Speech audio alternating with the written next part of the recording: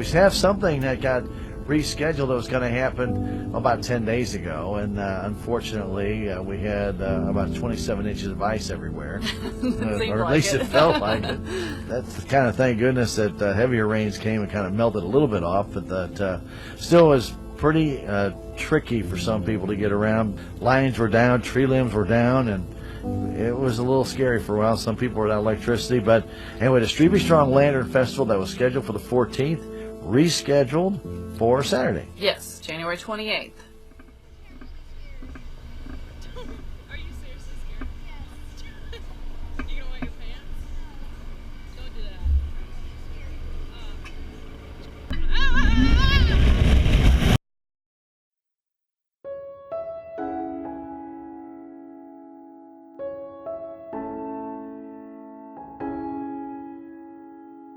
We were originally from Baltimore, Maryland, and we had an incident where one of our older children was involved in a car accident, and shortly thereafter we realized that, you know, life doesn't always give you a second chance, so we looked in the Midwest and found Missouri and came out for a couple visits, and Salem was the only place that we came back to twice.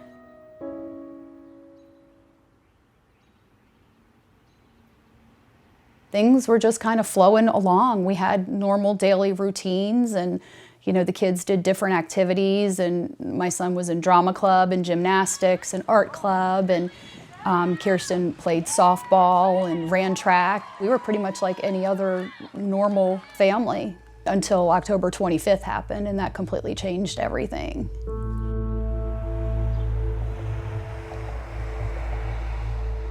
They stopped by my office just to say hi and to tell me that they were going to drop their friends off. Kirsten was driving, and that then they were going to go home.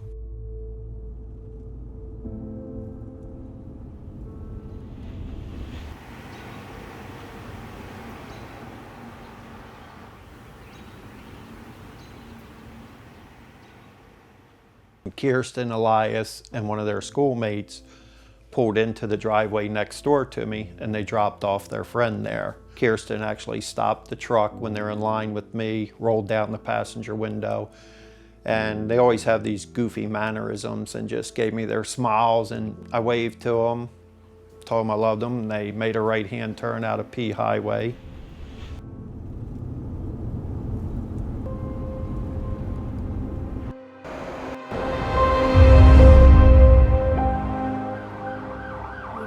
That's when the phone rang, and it was him on the phone. He was screaming, "It's Kirsten, it's Kirsten."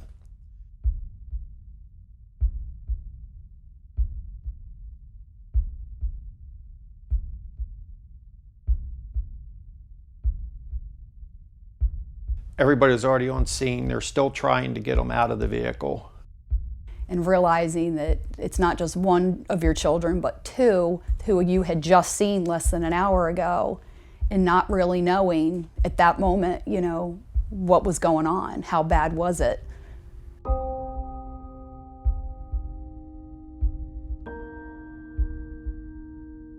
We got to touch her, tell her that we loved her, you know, to be strong. They loaded her up. And I asked them to please take them, one, both to the same place, and two, to take them to Children's.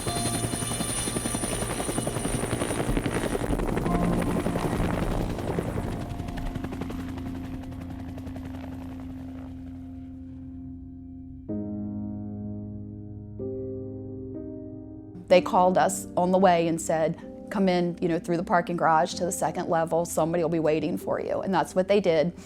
And what they had done is our son was in CAT scan and said, you know, we can take you to see him just for a brief moment, that they were still working on our daughter. The situation was unique. The family had been through the experience of trauma and how that can impact everyone. And now they had not one, but two siblings who were involved in this terrible motor vehicle accident, and both of them had life-threatening injuries.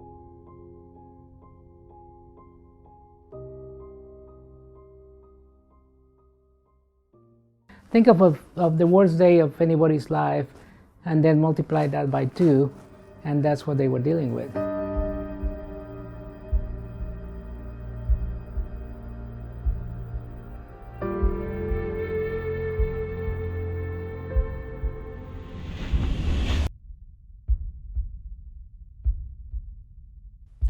November 11th came around. That's the anniversary of our son Ryan's death.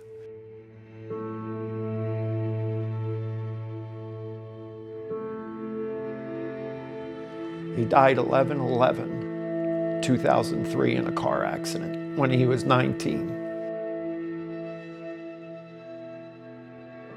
November 11th, we're still sitting in the hospital. I'm still looking at my kids, both of them in comas, thinking, we can't do this again. We can't do it. But such a helpless feeling, other than the fact everybody around you is working so hard, and you can see that, was the comforting thing. Because I couldn't do it, but I could watch everybody there, and they were doing everything they could and the best they could.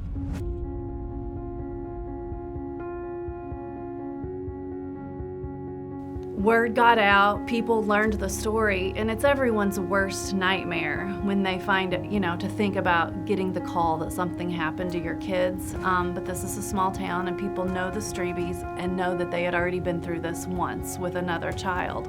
So the community just wanted to gather around them and support them and let them lean on them as much as they could.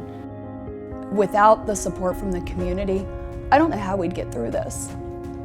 This is our home, and I think people have gone above and beyond what they had to, and what they normally might do for Kirsten and Elias. A friend of ours from Baltimore County Police, they had put together one of our family portraits, put the blue line over top of it signifying law enforcement. And they put the wording Strebe Strong over top of it. And that Strebe Strong, everybody shared that picture, and it just went off from there.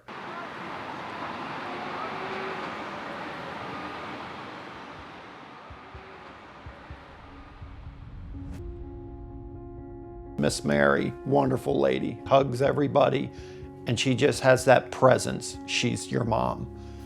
And she called me, she's like, Dad, he just opened his eyes. Elias just opened his eyes. She would say, Elias, honey, and his eyes would just open right up, and he'd look around trying to find where her voice was coming from. They created a bond from that point.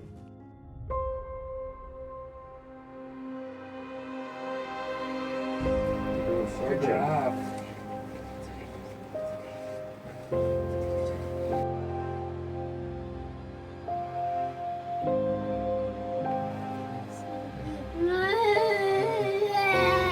She's okay.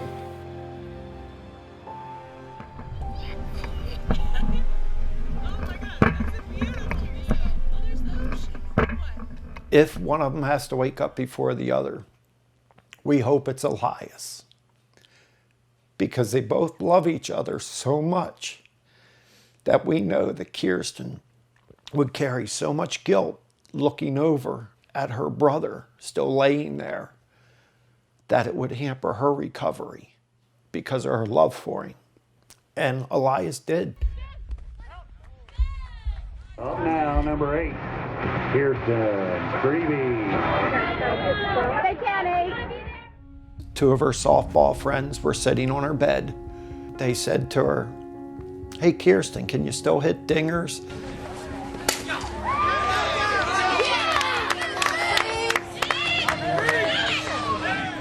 And Kirsten always does this particular pose in photographs. And with her eyes closed laying there, Kirsten just went like that. And everybody's like, no way, no way.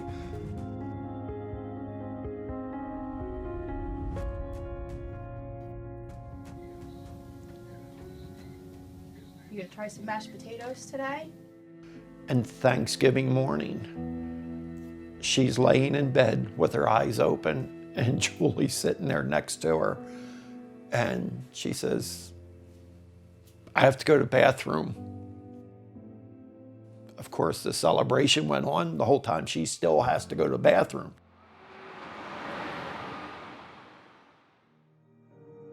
We want to begin waking them up and getting them oriented again. And so that was right around Thanksgiving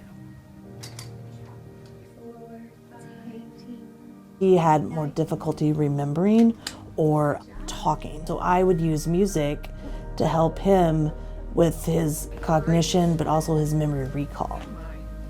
It was fun seeing him progress so quickly through high-level skills to the point where he was jumping rope. He progressed very nicely.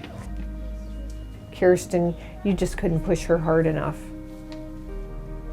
Working with Christy, our music therapist, on some marching activities. Bad decisions, that's alright.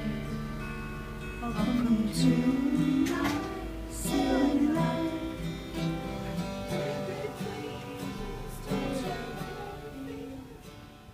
Did you have fun at PT? Yeah. I'm glad. Love you. Love you too. The chemistry between the two, you can tell how much they really love each other as siblings, and they do really honestly, genuinely care about each other. Stop it. And you can listen to her heart. Don't make me in the face with that. They both skipped grades.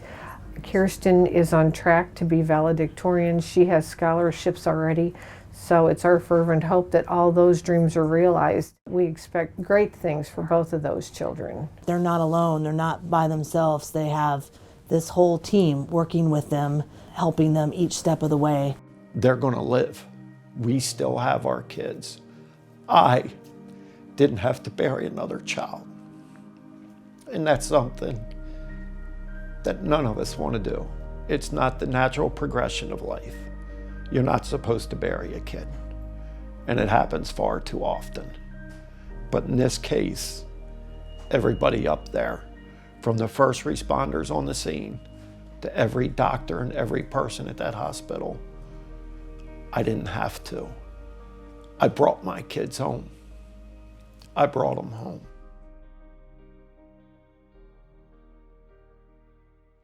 When Kirsten and Elias had their accident in October, they were almost positive that Kirsten was not going to survive. I really want to extend a thank you to the Highway Patrol and to the Denton County Sheriff's Office and to the Denton County Fire Department and Salem Memorial District Hospital for putting into motion the ability for Children's Hospital to save our kids. And that's what they did.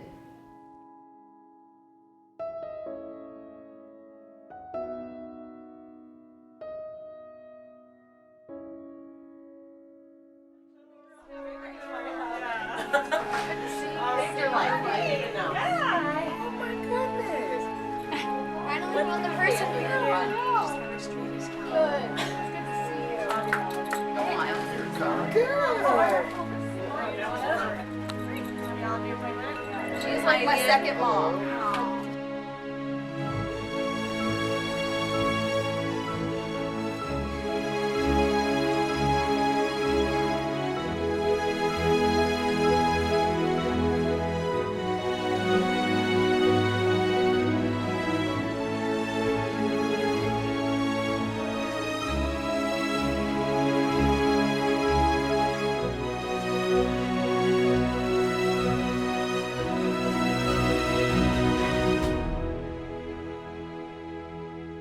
It's definitely a surreal experience, like to come back where there was so much struggle, so much heartache, you know, along with so many successes and everything. It just takes your breath away, like stepping into it and being like, so much happened here and everything, and so many people. I don't remember their names because of the amnesia, but I know their faces because I've seen them so much and everything. So it's nice to see everyone, like when we visited the PICU while we were still in the hospital, it's nice to see the people who saved your life.